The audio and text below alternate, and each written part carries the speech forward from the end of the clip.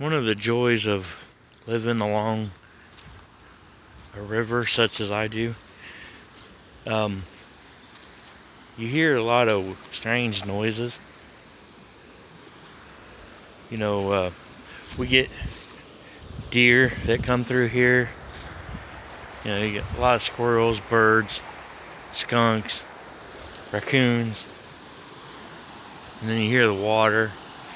But I think since it's warming up, it's supposed to get up around 50. So like we got ice built up pretty good over there on that ledge, which I could be hearing that. No, I'll be up there in the yard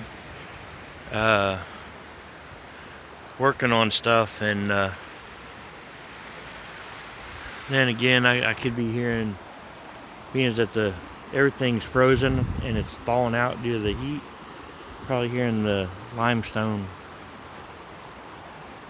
break and fall down, you know. But I've been hearing it over here, which, I mean, it's same thing's possible, that the limestone just crumbling apart. But try to get it out of that sunlight.